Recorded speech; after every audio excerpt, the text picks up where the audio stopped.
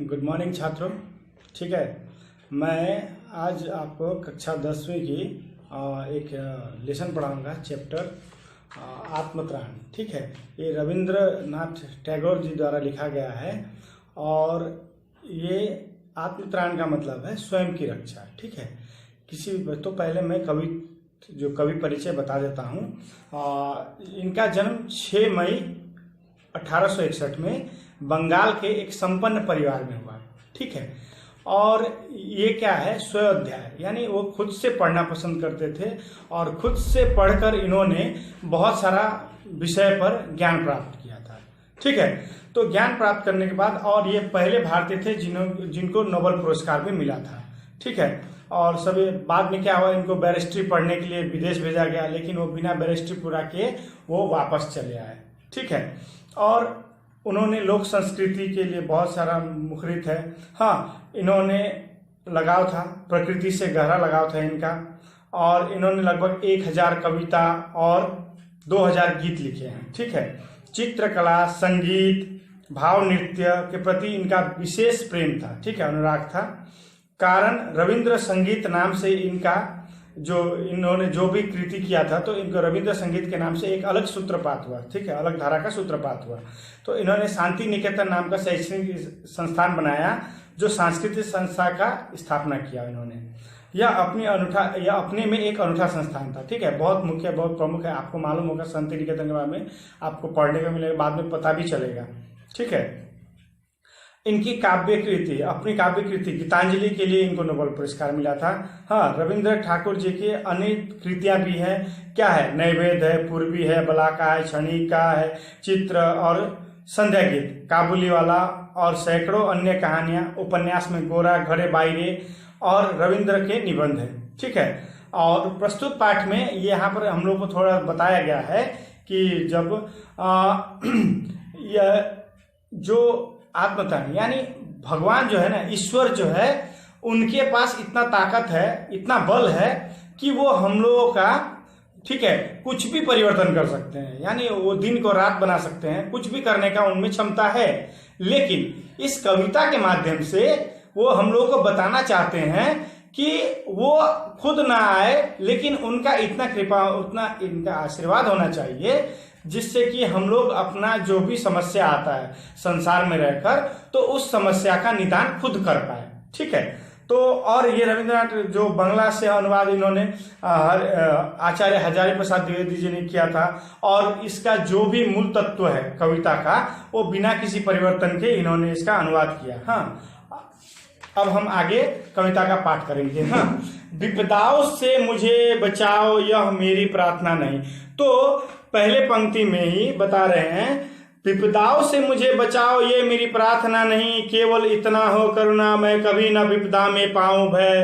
तो वो हम लोगों को इस कविता के माध्यम से हम लोगों को इस पर जोर देना चाहते हैं कि हे ईश्वर, विपदाओं में आप आकर हमको बचाए, आप खुद आए धरती पर हमको आकर बचा ले, ऐसा हमको आशा नहीं है आपसे, ये ऐसा नहीं कीजिए।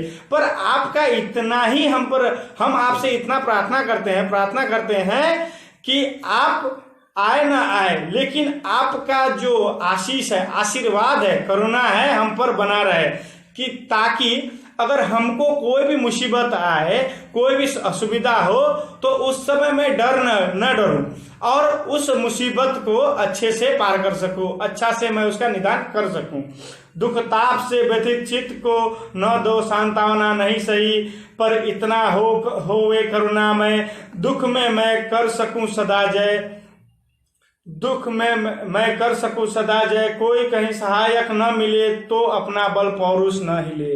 तो अब अगले पंक्ति में बता रहे हैं दुख ताप। ठीक है, दुख जो होता है ना, दुख का जो गर्मी होता है, ठीक है। दुख ताप से व्यथित हमारा मन जब दुख से ताप से बहुत ज़्यादा दर्द, बहुत ज़्यादा हम निर्बल महसूस कर रहे हो, ठीक है, आप आके हमको सांत्वना न दीजिए, आप आके हम पर डरास न बधाइए, ठीक है, आके न कुछ करिए, लेकिन इतना होना चाहिए आपका आशीर्वाद कि मैं उस दुख को पर भी विजय पा सकूं, खुद से विजय पा सकूं, खुद के आत्मबल से विजय पा सकूं, कोई कहीं सहायक न मिले और कोई हेल्प करने वाला न हो, कोई आके सहायता न करे, कोई बात नहीं है, लेकिन अपना आत्मबल पौरुष बल पौरुष यानी अपना आत्मबल न डिगे, हम उससे न हिले, हम उस जो दुख के समय को पार कर सके।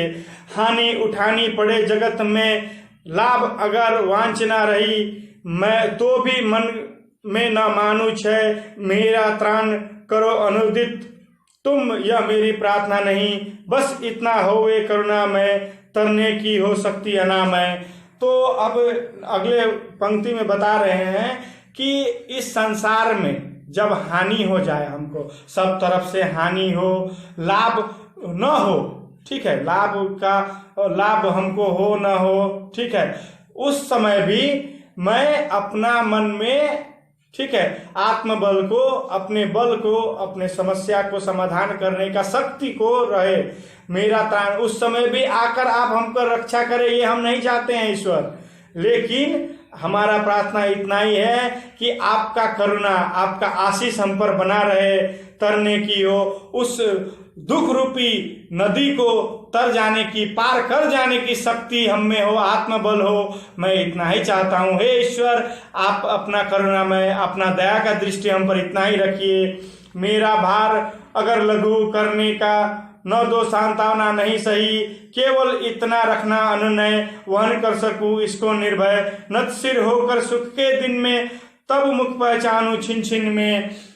अब अगले पंक्ति में वो भगवान से प्रार्थना करते हुए बता रहे हैं कि मेरा जो दुख का जो वजन है, भार है, उसको आप कम न करें, कोई बात नहीं, हे ईश्वर, कोई बात नहीं, कोई असुविधा नहीं है, लेकिन बस आपसे इतना ही अनुनय है, आपसे इतना ही विनती है, हे ईश्वर, वहन कर सकूं इसको निर्भय, और इस दुख का जो भार को मैं अपना क्षमता के अनुसार, अपना आत्मबल से उसको उठा सकूं, वहन कर सकूं, ढो सकूं, यही आपसे विनती है मेरा।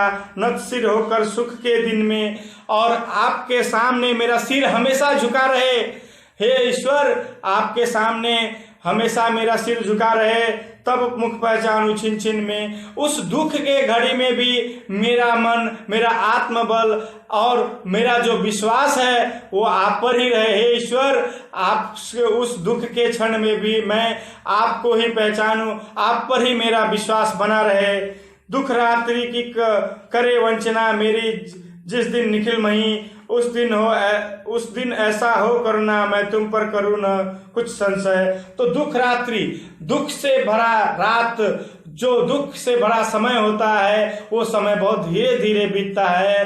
तो उस दुख के समय में भी, उस दुख के रात में भी, हे परम पूज्य ईश्वर, हे बहुत बड़े ईश्वर, हे करुणा निधान, हे आशीर्वाद देने वाले, सब दुखों को हरने वाले, आप बस इतना ही हम पर करुणा कीजिएगा कि उस समय में भी आप पर जो मेरा विश्वास है वो न डिगे। उस समय भी मैं आप पर, उस दुख के रात्रि में भी आप पर से मेरा आत्मबल है, जो आपका आशीष है, जो आपका आशीर्वाद है, वो हमेशा हम पर बना रहे, और मैं उस दुख के क्षण में भी आप पर कभी भी मेरा संशय न हो, मैं आपको न भूलूं, मैं आप पर डाउट न करूं, मैं आपको कभी भी दुख के समय में भी आप पर मेरी विश्वास अटल रहे। उस अटल विश्वास को अडिग न डिगे, न निकले, मतलब उस